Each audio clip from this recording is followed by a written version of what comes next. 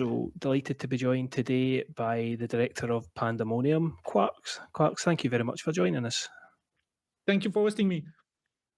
So first and foremost, congratulations on the movie. I've watched it twice now, and it's an experience. It makes you have the kind of feelings of grief and terror all rolled in together, are quite something.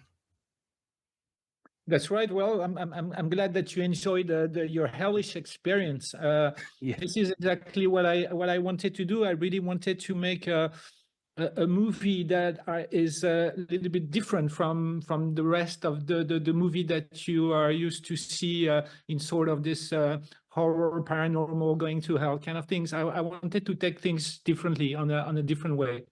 Yeah, and I had the chance of being able to do so because it was actually the genesis of Pandemonium.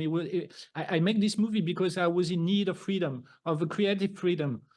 Okay. And my previous film was very well produced, but it was a studio movie, and it was a very great experience. But after that, I came to the process of rewriting a second feature film, and it took me ages because there were so many people getting involved with these things because the project was quite big. And so I have so many producers giving me their ideas, their opinions, and what I should do and should not do. And that really, really, really, well, it was a nightmare for me. And so I took a break from that original project I was writing. And I told everyone, like, guys, give me just a year break, and I'm going to do my own stuff because I really need to express myself in the way I want to do it. And so I stay very independent for Pandemonium in order to keep my freedom of my artistic freedom. And this is what I did. So, of course, independence comes with a price. We didn't have a lot of budget. Money was scarce and everything, but it was such a freedom of creativity that we had that we were really happy on working on it. It was not easy. It was actually very, very hard to pull off this film. But at the end, we did it, and we're very happy with the result. Yeah, and it's great results from it as well. Being a painter, yes, and you mentioned the budget for this movie. Yes. Did being a painter help for you to adapt and get your vision on screen with the lower budget, give you a different kind of perspective? Got it. Yes, of course. I think that I actually became a painter in order to become a filmmaker later. I had that in plan. I had all that in mind. I just didn't want to jump into the big bass too quickly. I think to be a good filmmaker or a good writer, you have to have a life behind you. You have to experience things. You have to have something to say, I think. And so when I was really young, I had this goal, this ultimate goal that I say, I want to work in a movie. I want to tell a story. I want to be a director, and that's something that I had in mind since I'm 6 years old. So I was very obsessional about it. But I became a painter. I was a painter for 10 years, and actually I'm coming back to paintings right now. I didn't paint for nearly 12 or 13 years, and I started painting back a few months ago. Then yes, of course, painting really gave me a great knowledge of being able to work with the light, and also being able to express myself in one single frame. You have to be able to tell a story very quickly, only with one square, one image, and something that tells directly a story and gives emotion to the audience. So of course, being a painter really helped me on very many different levels. We had a lot of communication with my DP, because I have a very precise idea of what I want to do with the image. I'm thinking sometimes some filmmakers really give all the power to their DP and say, okay, you just take care of it, and it's not really focused on what the film look like, and it doesn't use all the tools to his disposal in order to tell the story. Well, I really do. I think light and framing is something that is so important in the narrative and in the storytelling. And so, as you mentioned, being a painter and having that skill really helped me tremendously on the look that I gave to the film and the way I tell the story, for sure. It has a very unique look about it. The afterlife has been shown on film quite regularly, not regularly, sorry, quite a good few times. Things like What Dreams May Come, even Silent Hill, things like that. What was your inspiration for finding that look and even the kind of narrative of the movie? It all it all came from a very personal story, actually, because I had an how do you say an NDE, a near-death experience myself, Okay. where it's like it was 20. I make it very short, but it was 20 years ago. I was surfing in Bali, and I got caught into a current, and I drowned. Right. I drowned for real, like 100%. And Mhm. at the time that I was like in the middle of the ocean with nobody around, I took I understood that I had no chance of survival, and I understood that in a few minutes I was about to die, and that really pissed me off. I didn't like that idea at all. And well, I did drown, and I woke up 4 days ago because I went into a coma, and I woke up 4 days ago in a white room in a hospital, and there was no one inside. I was the only one like there. And when I woke up, I was really, really, really sure that I was dead. I think, wow, this is very interesting because I'm dead, but I still have feelings and stuff like that. Until the nurse came in and told me the story and how I get rescued. And that was really the bottom. I mean, the starting point of Pandemonium is like, what about if you wake up to realize that you're dead? And so that was really the genesis of the idea. Mhm. And sorry, I lost myself. What was what was the bottom line of your question? So that's okay. So obviously, as I said, there is a lot of the afterlife has been depicted a few Oh, yes, times yes, yes, on yes. screen. Sorry. Yeah, got it. And also, it also starts with another story, is because one of the first film that I've ever seen in my life, I was 6 years old, and it was The Beyond from Lucio Fulci. Mm. And at the end of the film, there's a depiction of hell. Yeah. And it was well, at the time I was very young, really, and this movie really freaked me out because it's very gory and quite dark and violent, and I loved it every second of it. It did really traumatize me, but I made a promise to myself when I saw that film. I said, this is what I want to do with my life, and this is really also the film that started put the seed into my brain and say, this is something that you could do with the rest of your life. Mm. So I was very influenced. Well, it was not an influence, but it was like sort of an homage. You Mhm. understand homage, right? Yeah. Yeah. A tribute Yeah. to the way that Lucio Fulci depicted his hell at the end of The Beyond. And for the first time, I think we didn't see hell as a fiery place where you see tortured souls and demon and everything, but it was the big nothing, the big a big dry place full of ashes, and that is just it, you know. And I thought that was very clever to depict it this way. And Mm. I did just the same, actually, to have this tribute to the film that made me want to become a filmmaker at the beginning. So that was really my influence for the visual of the hell that I depict in Pandemonium. Mm.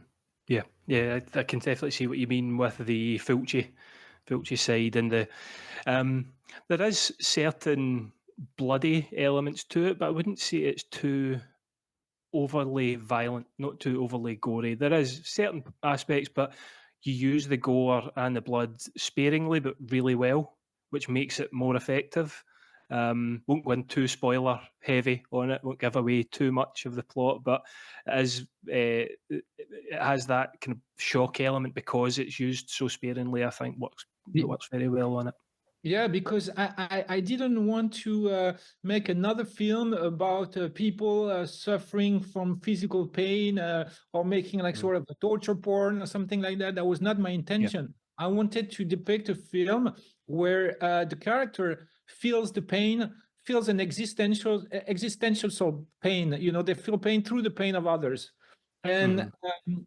I thought that was way more interesting than just going full frontal with pure. Well, we have sort of this element, at some point, you have to have a little climax of fun and gore at some point. I wanted to add this element as well, but overall the film is not like that. And doesn't take that path.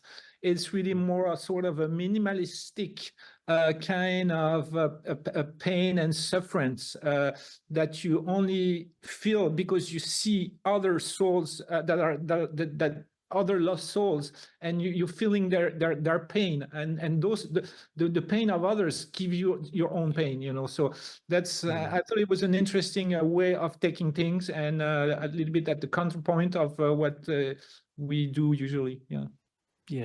Yeah, the character of Anthony, it's his partially, I think, his journey, but he's also like our vessel for the experiences of others.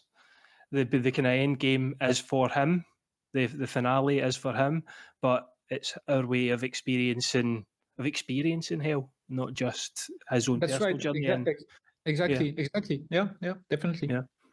And it sets it different because the setup at the start, it could be very streamlined and normal, kind of following Anthony's journey, but the way that you depict it through different souls is really interesting. Yes. I like to take turning points and also to change a little bit the style and the vibe of the film throughout the course of this different of you experiencing the tragic destiny of those different characters, and I thought it was interesting to sort of touch the kind of anthology film without being an anthology, because I don't consider Pandemonium to be like three separate stories. It really has an all that connects it all. So I don't consider it as an anthology, but I like the fact of being able to change my style and during the film and experience different kind of universe and different kind of atmosphere.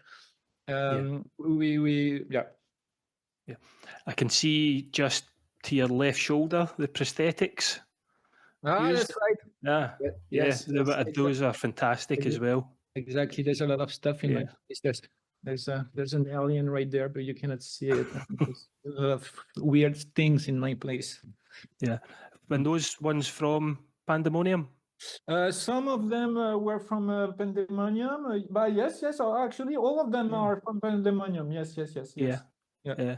Tony and exactly, and the two monsters are right behind. Yes. Yeah. I gotta keep the prosthetics. So I was very happy. That's good. They look fantastic in the movie. Thank you. And they look fantastic on your shelf. They look a little bit less here, but but we worked a lot on Tony the Monster, and we worked with this great guy, Atelier 69. They just won the French Oscar, the César, for the best SFX, and those guys, they're just great, and they did just an incredible work with a few money that we had, and they could adjust, and it was a blast of working with them. And what's next for you now that obviously Pandemonium is coming out, or is out, sorry, on Arrow Video now? The kind of next phase for you is you said you've started your painting a bit more again, or are you going I'm doing an exhibition. And now wait, you can see here. That is what nice. I'm producing this right now, and I'm doing an exhibition in September. But I have three films into production right now in development. I have three. So one is a long time. I've been working for it for like 3 or 4 years, and we're looking for the financing. But right now it's difficult, and. We won best scenario in Sitges. It's called that thing inside of me.